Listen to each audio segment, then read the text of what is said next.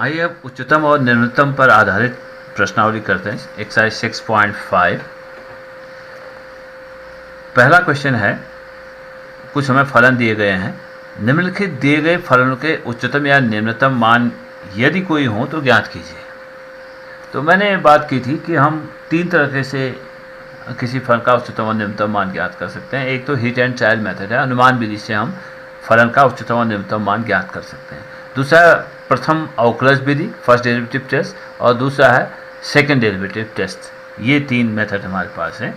तो इसमें आपको उच्चतम, स्थानीय उच्चतम और स्थानीय निम्नतम की बात नहीं की गई है।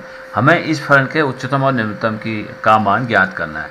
देखिए, एक तो अनुमान विधि से हम इसका उच्चतम और निम्नतम मान ज्ञात कर सकते हैं। देखिए, स्थानीय विधि से इस फलन का उच्चतम मान तो नहीं हो सकता है। वो क्यों? क्योंकि x का मान हम पॉजिटिव दें या नेगेटिव दें, x का मान हम बढ़ाते चले जाएंगे तो उसका वर्ग जो है बढ़ती चली जाएगी संख्या। जो भी संख्या आ रही है, दो, हमने x = 2 दिया तो 4 ऋण 1 का वर्ग, x = हमने 3 दिया तो 6 ऋण 1 का वर्ग। x को हम बढ़ाते चले जाएंगे तो इसका वर्ग भी बढ़ता चला जाएगा। अगर x को हम घटाते हैं तो ये संख्या ऋण में जरूर आएगी। अगर ऋण x का मान मैंने ऋण 3 दिया तो ऋण 6 ऋण 1 ऋण 7 का वर्ग। अगर मैंने ऋण 4 कर दिया तो ऋण 8 ऋण 1 ऋण 9 का वर्ग। यानी x का मान हम चाहे घटाएं, x का मान चाहे हम बढ़ाएं, चाहे x का मान हम घटाएं, तो इस फलन का मान बढ़ता चला जाएगा। तो इसका उच्चतम मान इस फलन का नहीं हो सकता है। अगर हम निम्नतम मान की बात करते हैं तो इस वाले व्यंजक का जो मान है, ये क्योंकि ये चर पर निर्भर करता है, ये तो अचर है, तो इसका मान जब अगर हम x = 1/2 रख देंगे तो इसका मान, इस पहले व्यंजक का मान 2x - 1 का होल स्क्वायर, इसका मान 0 हो सकता है। कब? जब 2x - 1 = 0 या 2x = 1 या x = 1/2 जब होगा तो इस व्यंजक का मान 0 हो सकता है। इसका निम्नतम मान 0 है। इसका मान कभी भी 0 से बड़ा ही होगा, 0 या 0 से अधिक होगा। इस बिंदु पर x = 1/2 पर इसका मान 0 होगा। उसके बाद आप x का कोई भी मान दीजिए, चाहे आप x का पॉजिटिव मान दीजिए या x का मान नेगेटिव दीजिए, इसका मान हमेशा ही पॉजिटिव ही होगा।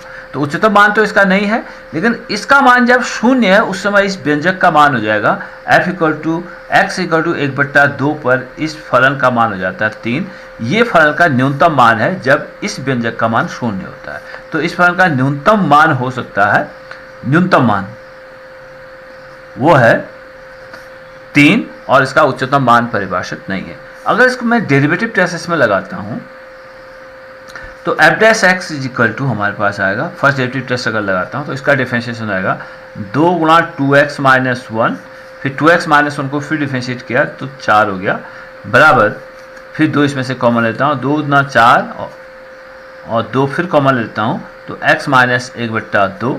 तो f' बराबर हुआ 8 × x - 1/2। अगर मैं फर्स्ट डेरिवेटिव टेस्ट इसमें लगाता हूं तो फर्स्ट डेरिवेटिव टेस्ट से हमें देखना पड़ेगा कि ये जो f' का मान 0 कहाँ पर हो रहा है। जब f' बराबर 0 तो 8 × x - 1/2 बराबर 0, यानी x = 1/2। ये टर्निंग पॉइंट है इस फलन का। तो अगर इस x = 1/2 पॉइंट को हम लेते हैं यहाँ पर, तो जब भी x का मान 1/2 से कम होगा, तो x का मान 1/2 से कम होगा तो ये जो अंतर होगा वो हमेशा नेगेटिव होगा। तो इसका मतलब f' हमारे पास <0 है यहाँ पर। और जब x का मान 1/2 से ज़्यादा होता है तो ये जो x - 1/2 है पॉजिटिव होगा, तो f' जो है <0 हो जाएगा। तो हमें दिख रहा है कि x = 1/2 के बाईं ओर f' नेगेटिव है और x = 1/2 के दाईं ओर f' पॉजिटिव है। यानी x = 1/2 पर फलन का फर्स्ट डेरिवेटिव f' नेगेटिव से पॉजिटिव की ओर बढ़ रहा है। अतः हम ये कहेंगे x = 1/2 जो बिंदु है वो न्यूनतम बिंदु है, स्थानीय न्यूनतम बिंदु है, न्यूनतम बिंदु है इस फलन का, स्थानीय न्यूनतम बिंदु है। तो फलन का मान यहां पर होगा, फलन का जो न्यूनतम मान होगा यहां पर वो f of 1/2 से पता होगा। यानी ये मान 2x minus x equal to 1/2 रखेंगे तो जाएगा 0 + 3 = 3। ये स्थानीय न्यूनतम मान है और इस फलन का उच्चतम मान जो है अस्तित्व में नहीं है। अगर इसी में हम सेकंड डेरिवेटिव टेस्ट लगाते हैं तो एफ डबल डैश हम देखेंगे एक्स इक्वल टू 1/2 पर पहले एफ डबल डैश एक्स निकालते हैं। F double dash x equal to हमारे पास आया 8 × x - 2 था, सिंपली हो जाएगा 8 × 1 - 0 यानी 8 × 1 8 हो गया, जो ग्रेटर देन 0 है। तो इसलिए हमें दिख रहा है कि x/2 x के किसी भी मान के लिए सेकंड डेरिवेटिव हमेशा पॉजिटिव आ रहा, ग्रेटर देन 0 है।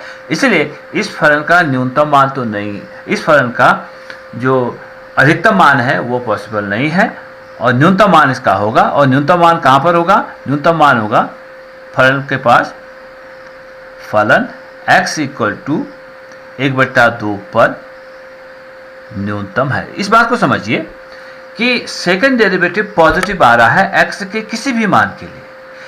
ये फलन टर्निंग पॉइंट इसका था x = 1/2। फलन अगर उच्चतम और न्यूनतम बिंदु प्राप्त करता है तो x = 1/2 पर ही प्राप्त करेगा। अब हमें देखते हैं कि x का मान कुछ भी हो, जो भी टर्निंग पॉइंट रहा हो, वहां पर ये हमेशा पॉजिटिव है।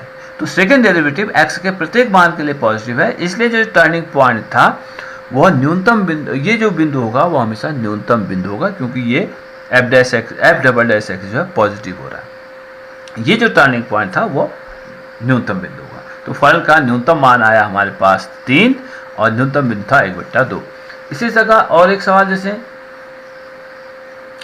दूसरा इसी का और देखें, fx = 9x² + 12x - 2 ये फलन है। तो इसका हमने उच्चतम मान फलन का ज्ञात करना है। तो स्थानीय उच्चतम मान अगर हम इसका ज्ञात करें तो फलन का फर्स्ट डेरिवेटिव ज्ञात करते हैं। देखिए, अगर हम इसमें अनुमान विधि का उपयोग करें तो हमें इसे पूर्ण वर्ग बनाना होगा। 9x² + 12x - 2 को इसी प्रकार से हम पूर्ण वर्ग बना के अचर को लिख देते हैं। तो एक तरीका तो अनुमान विधि से होगा, लेकिन अभी इस स्थिति में हम अनुमान नहीं लगा सकते जब तक हम इसको इस प्रकार से पहले सवाल की तरह पूर्ण वर्ग नहीं बना सकते। पूर्ण वर्ग कैसे बनाएंगे? इसमें से 9 कॉमन लेते हैं, ये x² = 12/9 x - 2/9 हो जाएगा। फिर x - 6/9 का होल स्क्वायर करके हम इसको सरल करते हैं, वो दूसरी बात है, इसे पूर्ण वर्ग बनाना होगा। लेकिन ये एक तरीका और है, फर्स्ट डेरिवेटिव टेस्ट से चेक करते हैं इसका स्थानीय उच्चतम न्यूनतम मान क्या है। f' अगर हम निकालते हैं जाएगा 18x - 12, इसमें से 6 कॉमन ले लेते हैं तो जाएगा 3x + 2, ये फलन का मान हुआ। तो जब f' = 0 तो हमारे पास आया 6 × 3 - 0 = f' बराबर जब 0 हुआ तो हमारे पास आया 6 × 3x + 2 = 0, या 3x = -2, या x = -2/3, ये बिंदु आया x = -2/3। अगर मैं फर्स्ट डेरिवेटिव टेस्ट लगाता हूँ तो f' मेरे पास है, इसमें से फिर 3 कॉमन ले लेते हैं, 6 × 18 × x - 2/3 हुआ। या इसे कहते हैं कि f' = 18 × x - -2/3 हुआ। तो इससे हम देखेंगे कि फलन कब f' पॉजिटिव है कब नेगेटिव है। तो f' जब हमने देखा f' 0 कहाँ पर है? जब x = -2/3 है। अब देखिए, जब भी x का मान -2/3 से कम होगा तो ये जो f' है वो नेगेटिव हो जाएगा। x का मान -2/3 से कम होगा, क्योंकि हमने बहुत एक्सप्लेन किया पहले x - a नेगेटिव कब होता है और x - a पॉजिटिव कब होता है। जब x का मान a से कम होगा तो x - a नेगेटिव होगा, जब x का मान a से अधिक हो जाएगा तो x - a पॉजिटिव हो जाएगा। ठीक है, वही बात यहाँ पर है। x का मान -2/3 से कम है तो f' हमारे पास यहाँ पर <0 हो जाएगा, और दाएं तरफ जब x का मान -2/3 से ज़्यादा हो जाता है तो f' जो है पॉजिटिव हो जाएगा। तो हमें दिख रहा है कि f' जो है नेगेटिव से पॉजिटिव की ओर बढ़ रहा है। अतः x = -2/3 फिर से हम देखेंगे कि न्यूनतम बिंदु है, इस फलन का न्यूनतम बिंदु है, और न्यूनतम मान जो होगा फलन का, न्यूनतम मान फलन का होगा इस बिंदु पर -2/3 पर फलन का मान ज्ञात कर लेंगे। बराबर जाएगा 9 × x का वर्ग यानी 4/9 धन 12 × ऋण 2/3 धन 2 बराबर 9 से 9 घटा 4। तो इस फलन का उच्चतम मान क्या हुआ, π/4 पर इस फलन का हम मान ज्ञात कर लेंगे। ये हो जाएगा h π/4 साइन 2 गुणा π/4 धन 5 बराबर साइन π/2 धन 5 बराबर 1 धन 5 बराबर 6। ये फलन का उच्चतम मान हुआ, वो हमने अनुमान विधि से भी ज्ञात करा था। अनुमान विधि से भी हमने ज्ञात करा था कि उच्चतम मान इसका 6 आया था। वैसे ही अगर हम इसका निम्नतम मान ज्ञात करते हैं, फलन का निम्नतम मान ज्ञात करते हैं, तो निम्नतम बिंदु था 3π/4, तो h 3π/4 हम ज्ञात करेंगे। ये हो जाएगा साइन 2 गुणा 3π/4 धन 5 बराबर साइन 3π/2 धन 5 ऋण 1 धन 5 बराबर 4। ये फलन का न्यूनतम मान हुआ जो हमने अनुमान विधि से भी ज्ञात करा था। इस प्रकार से फलनों के हम उच्चतम और न्यूनतम मान ज्ञात करते हैं। जब भी आप मान ज्ञात कर रहे हैं, दोनों में से एक ही विधि लगाएंगे। ये तो केवल सीखने के लिए हम कर रहे हैं कि हम किस प्रकार से सेकेंड डेरिवेटिव टेस्ट को अप्लाई करते हैं, किस प्रकार से हम अनुमान विधि को उपयोग करते हैं, कब हम फर्स्ट डेरिवेटिव टेस्ट को किस प्रकार से उपयोग करते हैं। लेकिन जब आप हल करेंगे सवाल को, किसी एक ही विधि से उसको आप हल करेंगे। इसी में अगर चौथा सवाल आप देखते हैं, फलन हमें दिया गया है f(x) = mod of sine 4x plus 3 का अधिकतम और न्यूनतम मान ज्ञात करना है। देखिए फिर से ये जो संख्या है साइन 4x प्लस 3 जो संख्या है, इसमें 3 जो है ये वास्तविक फलन है, तो ये संख्या ही है। असल में x एक चर है, तो साइन से जो संख्या निकल के आएगी वो हमेशा एक वास्तविक संख्या होगी। पूरा साइन 4x प्लस 3 एक वास्तविक संख्या है। निर्भर करता है कि इसका x जो है एक चर है, तो इसका मान बदल रहा है। तो 3 तो एक अचर राशि है, साइन 4x पर ही इसका मान अधिकतम या न्यूनतम होगा। हमें जानते हैं कि साइन 4x का मान हमेशा -1 से 1 के बीच में होगा। इसका अधिकतम मान तो 1 होगा और इसका न्यूनतम मान -1 होगा। यानी -1 से संख्या रेखा में अगर देखें तो इसका मान -1 से 1 के बीच ही होता है साइन फलन का मान। तो इसलिए इस f(x) का अधिकतम मान, f(x) का अगर हम अधिकतम मान देखें, अधिकतम मान तो वो तो होगा जब साइन 4x का मान अधिकतम होगा, यानी मॉड ऑफ 1 + 3 दैट = 4 हो जाएगा। अगर हम न्यूनतम मान देखते हैं, इसका न्यूनतम मान, और इसका न्यूनतम मान तब होगा जब साइन 4x का मान न्यूनतम है, यानी -1 + 3 दैट = 2 इसका न्यूनतम मान हो जाएगा। इस प्रकार से हम ज्ञात करेंगे। इसमें 5वां सवाल एक है h(x) = x + 1 का न्यूनतम और अधिकतम मान ज्ञात करो करता है जब x belongs to open interval -1 to 1। एक बात यहाँ पर इंटरेस्टिंग ये है, जब भी हमें किसी फलन का न्यूनतम और अधिकतम मान किसी ओपन इंटरवल में ज्ञात करना होता है, तो हम उस फलन का उच्चतम और न्यूनतम मान नहीं ज्ञात कर सकते हैं। क्यों? क्योंकि आप ये देखिए, अगर संख्या रेखा में ये बिंदु -1 है, ये बिंदु सपोज 0 है और बिंदु 1 है। हम ये देख रहे हैं कि -1 तो इस अंतराल में है नहीं, -1 पर इस फलन का मान ज्ञात नहीं करना। -1 जो है इस अंतराल में नहीं है, ये ओपन इंटरवल है -1 to 1। अब हम जब भी -1 के नेबरहुड में कोई पॉइंट देखते हैं, यहाँ पर अगर हमने कहा कि इसका मान न्यूनतम है, हमेशा इसके बाईं ओर एक बिंदु और होगा जहाँ पर उसका मान हम देखेंगे, उस फलन का मान ये माइनस ओर की ओर अगर हम देख रहे हैं, इसका मान उससे भी कम हो जाएगा। अगर यहाँ पर कोई एक बिंदु है, उसके बगल में और एक बिंदु होगा, तो ओपन इंटरवल में किसी स्टार्टिंग पॉइंट को डिफाइन करना पॉसिबल नहीं है। वैसे अपर लिमिट भी हम परिभाषित नहीं कर सकते। अगर हमने 1 के यहाँ पर फलन का मान ज्ञात किया, उच्चतम मान हमने ज्ञात किया, तो हम ये देख रहे हैं कि उसके बगल में दूसरा पॉइंट और हो सकता है, उसके बगल में दूसरा पॉइंट हो सकता है, क्योंकि दो वास्तविक संख्याओं के बीच असंख्य वास्तविक संख्याएं होती हैं। तो जब भी किसी ओपन इंटरवल की बात कही जा रही है, तो किसी ओपन इंटरवल में किसी फलन का उच्चतम और निम्नतम मान ज्ञात करना संभव नहीं है। अगर आप इसको फर्स्ट डेरिवेटिव टेस्ट या सेकंड डेरिवेटिव टेस्ट से करें, इसमें तो ये पॉसिबल है कि आपको वो बिंदु मिलेगा ही नहीं जहाँ पर कि, क्योंकि h' आपको दिख गया सिंपली h' 1 हो गया, तो इस फलन का फर्स्ट डेरिवेटिव जो है 1 है, ये शून्य हो ही नहीं रहा, तो इस फलन का उच्चतम और न्यूनतम मान यहाँ पर तो नहीं है। लेकिन कभी कभी हमारे पास फलन जो है अगर द्विघात व्यंजक है तो h' 0 नहीं होगा, h' जो कांस्टेंट नहीं होगा, तो वहाँ पर आपको ये बिंदु तो मिलेगा जहाँ पर कि फर्स्ट डेरिवेटिव शून्य है। लेकिन किसी भी ओपन इंटरवल में हम किसी फलन का उच्चतम और न्यूनतम मान ज्ञात नहीं कर सकते हैं, क्योंकि हमारे पास यहाँ पर लिमिट नहीं है कि उच्चतम बिंदु क्या है हमें नहीं पता है। 1 के बाएं ओर के सभी बिंदु हैं, तो 1 के बाएं ओर असंख्य बिंदु है, तो किस बिंदु पर हम फलन का मान ज्ञात कर रहे हैं, ये कांस्टेंट संभव नहीं है। ये कुछ सवाल हमारे पास फर्स्ट और सेकंड सवाल एक्सरसाइज के फर्स्ट और सेकंड क्वेश्चन थे, ये एक्सरसाइज 6.5 के।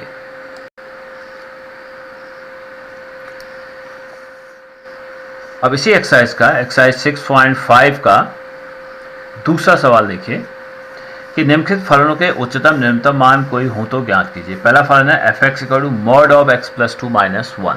इस फलन का उच्चतम और निम्नतम मान यदि है तो हमें ज्ञात करना है। अगर हम अनुमान विधि से देखते हैं तो इस फलन का उच्चतम मान परिभाषित नहीं होगा, क्योंकि ये जो मॉड से संख्या निकल के आएगी वो x पॉजिटिव है या नेगेटिव है, तो इससे जो संख्या निकल के आएगी वो हमेशा धनात्मक होगी। x का मान 1 2 3 4 5 बढ़ाते चले जाएंगे तो ये संख्या बढ़ती चली जाएगी, उसमें से केवल -1 को घटा रहे हैं, तो x का मान बढ़ने पर हमें दिख रहा है कि इस f(x) का मान बढ़ता चला जाएगा। यदि x का मान ऋणात्मक भी लेते हैं, ऋण 3 ऋण 4 ऋण 5 ऋण 6, लेकिन ये जो मॉड के बाद जो संख्या निकल के आएगी वो धन होगी संख्या। ये जितनी छोटी होती जाएगी x का मान, इस मॉड से जो संख्या निकल रही है उतनी बड़ी होती चली जाएगी, उसमें से केवल -1 घटा रहे हैं। तो x का मान चाहे हम बढ़ाएं चाहे x का मान हम घटाएं, तो इस फलन f(x) का मान बढ़ता चला जाएगा। तो इसकी अधिकतम मान क्या होगा हम नहीं कह सकते। 100 रखेंगे तो कुछ एक मान होगा, 200 रखेंगे तो वो भी मान होगा, हम x का मान 400 रखते हैं तो वो भी मान होगा। तो x का मान बढ़ने पर इसका मान बढ़ता चला जाता है, तो इस फलन का अनुमान विधि से हम कहते हैं कि इसका उच्चतम मान नहीं हो सकता है। लेकिन इस व्यंजक का मान 0 हो सकता है यदि हम x = -2 रख देते हैं, तो mod of x + 2 बराबर हो जाएगा mod of -2 + 2 = हमें दिख रहा है ये 0 हो जाएगा। तो जब इस मॉड के अंदर की संख्या 0 हो जाती है तभी हम ये कहेंगे इस फलन का न्यूनतम मान तभी होगा, क्योंकि ये इस मॉड के अंदर की जो संख्या निकल के आएगी इसका न्यूनतम मान 0 हो सकता है, नहीं तो इसका मान हमेशा 0 से ज़्यादा होगा। तो जब इसका मान 0 होता है, ये तो अचर है, तो इस फलन जब हम देख रहे हैं x = -2 है तो f of -2 हो जाएगा 0 - 1 = 1। यही फलन का न्यूनतम मान होगा x f of -2 = -1, ये फलन का न्यूनतम मान है। अब अगर हम डेरिवेटिव टेस्ट से इसको हल करते हैं, फलन है हमारे पास f(x) = mod of x + 2 - 1। इसको हम अगर डेरिवेटिव टेस्ट से हल करते हैं, इस फलन का उच्चतम और निम्नतम मान अगर फर्स्ट डेरिवेटिव टेस्ट से मैं ज्ञात करने की कोशिश करता हूँ। एक चीज़ ये जो फलन है आपने ये सीखा था कि mod of x जो है x = 0 पर इसका डेरिवेटिव परिभाषित नहीं है, फर्स्ट इसको हम डिफरेंशिएट नहीं कर सकते हैं x = 0 पर। उसी प्रकार से mod of x + 2 x = -2 पर इसका अवकलज नहीं है, हम जानते हैं x = -2 पर इसका अवकलज नहीं है, लेकिन अन्य बिंदु पर इसका अवकलज होगा। तो जब x is greater than -2, पहली बात जब x is greater than -2 तो हमारे पास ये हो जाएगा कि यानी x + 2 is greater than 0, यानी x is greater than -2 जब हमारे पास है तो हमें दिखेगा कि जो फलन f(x) होगा, तो मॉड के अंदर हमें जानते हैं कि mod of x = x हो जाता है जब x is greater than 0, ये -x हो जाता है जब x is less than 0 होता है। तो वही काम मैं कर रहा हूँ कि यदि x + 2 is greater than 0 यानी x is greater than -2, तो f(x) बराबर हो जाएगा x + 2 - 1 = x + 1, और f(x) = हमारे पास सिंपली 1 आता है। और जब x is less than -2 है, यानी x less than -2 कब हुआ, जब x + 2 is less than 0, यानी x is less than -2 है। जब x is less than -2 है तो f(x) हमें जानते हैं कि mod of x + 2 क्या हो जाएगा, जब x + 2 is less than 0 है, mod of x + 2 हमारे पास हो जाएगा minus of x + 2, इसी mod की परिभाषा से। तो इसलिए f(x) = हमारे पास हो जाएगा minus of x + 2 - 1, तो f(x) = हमारे पास हो जाएगा -x - 2 - 1, f(x) बराबर हमारे पास हो जाएगा -x - 3, और f(x) जब हम ज्ञात करते हैं तो ये जाता है -1।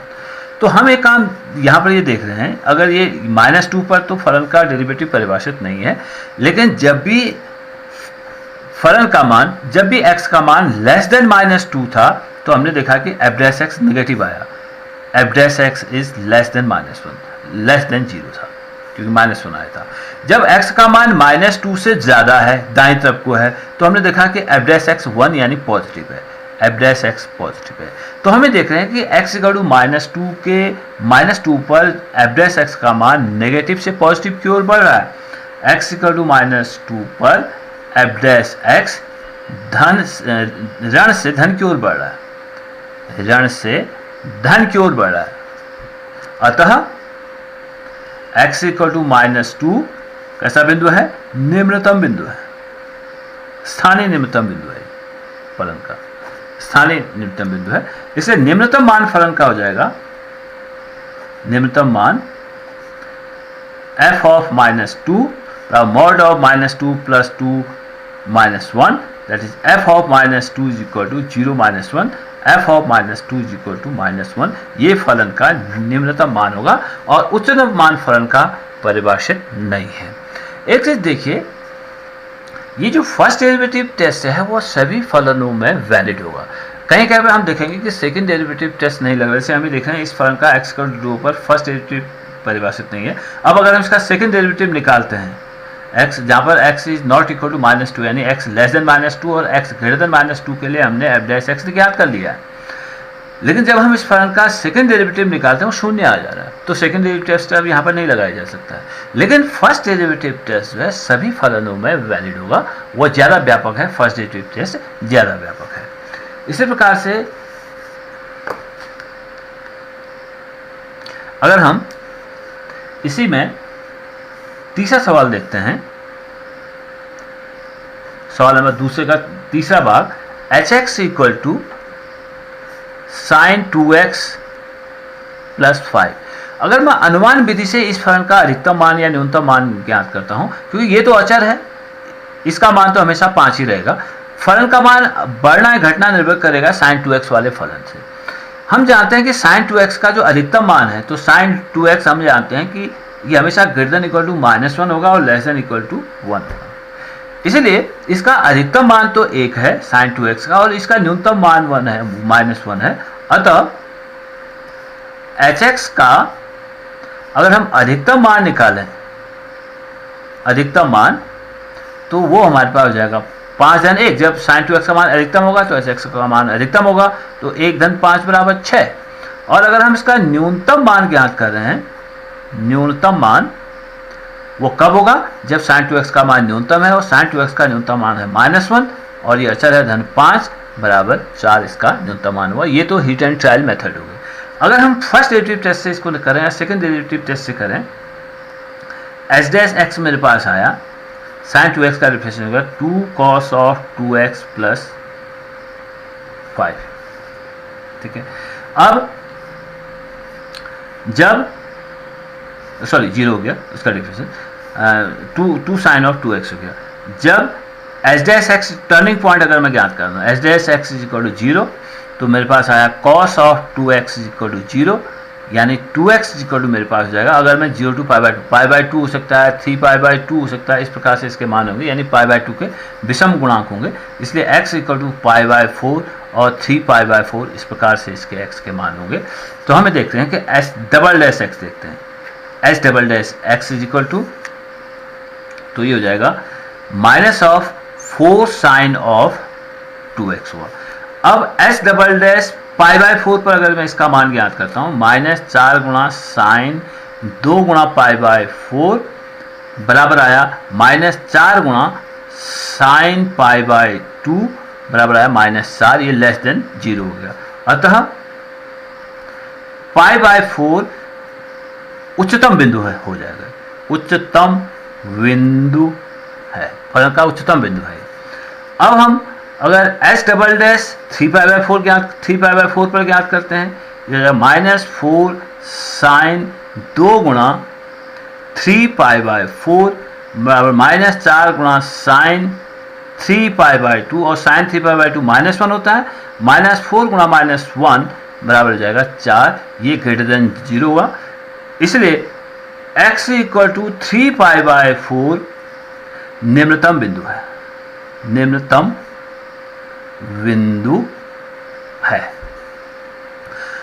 इसलिए हम ये देखते हैं कि उच्चतम मान क्या है। उच्चतम मान कैसे प्राप्त होगा, हम इस फलन के मान में एच एक्स और साइन 2x प्लस 5 में एच ऑफ बिंदु ये था π/4 ज्ञात कर लेंगे। ये हो जाएगा साइन ऑफ 2 गुणा π/4 प्लस। अब तीसरा सवाल देखिए, निम्नलिखित फलनों के स्थानीय उच्चतम या निम्नतम मान कोई हो तो ज्ञात कीजिए तथा उच्चतम या निम्नतम मान जैसी स्थिति हो ज्ञात कीजिए। ये सवाल है। फलन दिया है gx = x³ - 3x। तो हम इसका सबसे पहले फर्स्ट डेरिवेटिव निकालेंगे। इसका फर्स्ट डेरिवेटिव हुआ 3x² - 3।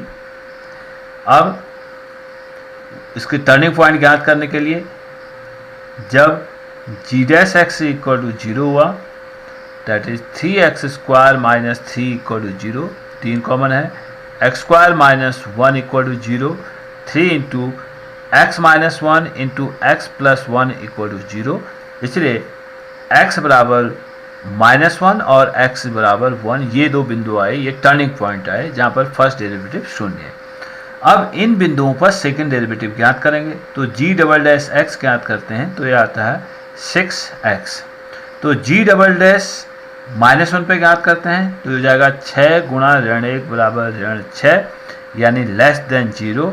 इसलिए x बराबर ऋण 1, हम ये कहेंगे कि ये स्थानीय उच्चतम बिंदु है, उच्चतम बिंदु है। और g"1 ज्ञात करते हैं तो हो जाएगा 6 गुणा 1 बराबर 6, ये पॉजिटिव है। इसलिए x बराबर 1 स्थानीय निम्नतम बिंदु है, निम्नतम बिंदु है। अब उच्चतम मान ज्ञात करें, उच्चतम मान ज्ञात करेंगे तो उच्चतम बिंदु पर, स्थानीय उच्चतम बिंदु पर इसका स्थानीय उच्चतम मान होगा f(-1) बराबर, सॉरी g(-1), फलन है gx, तो g(-1) -1 की घात 3 ऋण 3 गुणा ऋण 1 बराबर ऋण 1 धन 3 बराबर 2। और अगर हम इसका स्थानीय निम्नतम मान ज्ञात करते हैं, ये हो जाएगा g(1) बराबर, ये हो जाएगा 1 की घात 3 ऋण 3 गुणा 1 बराबर 1 ऋण 3 बराबर ऋण 2। तो इसका स्थानीय उच्चतम मान आया 2 और स्थानीय निम्नतम मान आया ऋण 2। ये आवश्यक नहीं है फिर कि फलन का स्थानीय उच्चतम मान सदैव स्थानीय निम्नतम मान से अधिक ही हो, आवश्यक नहीं है। कभी कभी हमें ये देखने में भी मिल सकता है कि फलन का जो स्थानीय निम्नतम मान है वो फलन के स्थानीय उच्चतम मान से कम हो। यहाँ पर दिख रहा है हमें स्थानीय फलन का स्थानीय निम्नतम मान ये है और फलन का स्थानीय उच्चतम मान ये है। तो कभी कभी ऐसा हो सकता है कि स्थानीय निम्नतम मान स्थानीय उच्चतम मान से अधिक हो। अब इसमें तीसरा भाग सवाल का, hx बराबर है sin x धन cos x,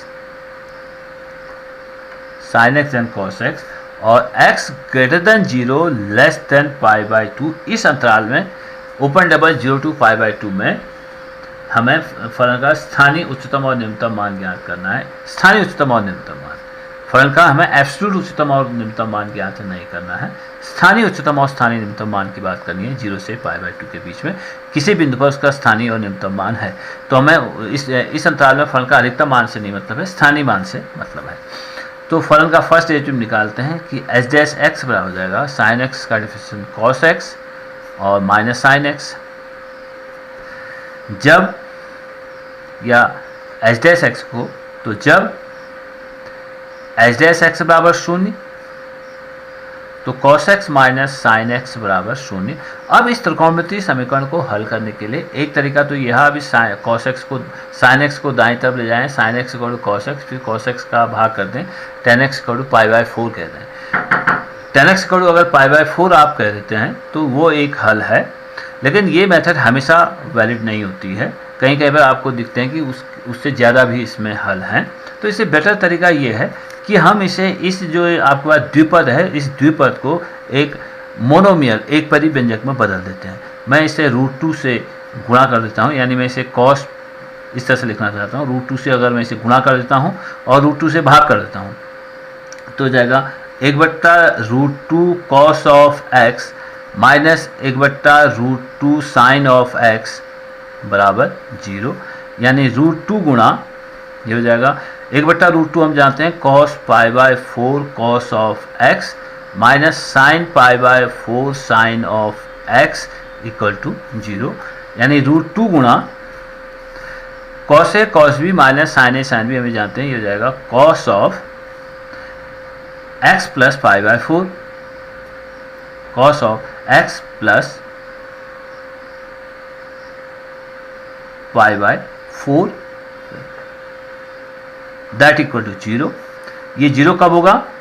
तो कॉस ऑफ x प्लस π/4 का मतलब ये 0 कब होगा? कॉस फलन 0 कब होता है? जब ये x प्लस π/4 हमारे पास π/2 होगा, क्योंकि x का मान 0 से π/2 के मान बीच है, तो x प्लस π/4 जो है π/2 प्लस पाई तक ये इसकी लिमिट हो सकती है। This implies that x plus π/4 कितना होना चाहिए? π/2 होना चाहिए, और x इक्वल टू π/2 माइनस π/4, यानी x इक्वल टू π/4 होना चाहिए। तो ये मैंने जनरल मेथड बताई। अब यहाँ इस वाले सवाल में आपको ये cos x minus tan x equal cos x minus tan x equal to 0, यानी sin x बराबर cos x या tan x बराबर 1 रख के भी ये हल ज्ञात हो सकता था, लेकिन ये मैंने जनरल मेथड बताई है कि कहीं कहीं पर इसको लगाना आवश्यक हो जाता। तो x इक्वल टू π/4 पर हम सेकेंड डेरिवेटिव ज्ञात करते हैं। h डबल डैश x बराबर हो जाएगा माइनस cos x का डिफरेंस sin x और माइनस sin x का डिफरेंस cos ऑफ x। तो h डबल डैश π/4 पर इसका मान ज्ञात करते हैं। h double dash π/4 is equal to minus sine π/4 minus cos of π/4 बराबर माइनस 1/2 माइनस 1/2 बराबर माइनस 2/2 बराबर माइनस √2। ये कैसा है? नेगेटिव है। तो हमें देखा कि h double dash π/4 is less than 0, इसलिए x इक्वल टू π/4 उच्चतम बिंदु है, उच्चतम बिंदु है। अतः फलन का उच्चतम मान फलन का हो जाएगा, फलन का मान हम π/4 ज्ञात करेंगे, h π/4। ये हो जाएगा sine π/4 plus cos π/4 is equal to sine π/4 हुआ 1/2 धन 1/2 बराबर 2/2 बराबर √2। ये फलन का उच्चतम मान है इस अंतराल में, स्थानीय उच्चतम मान है इस अंतराल में 0 से π/2 के बीच में। ये फलन का स्थानीय उच्चतम मान है।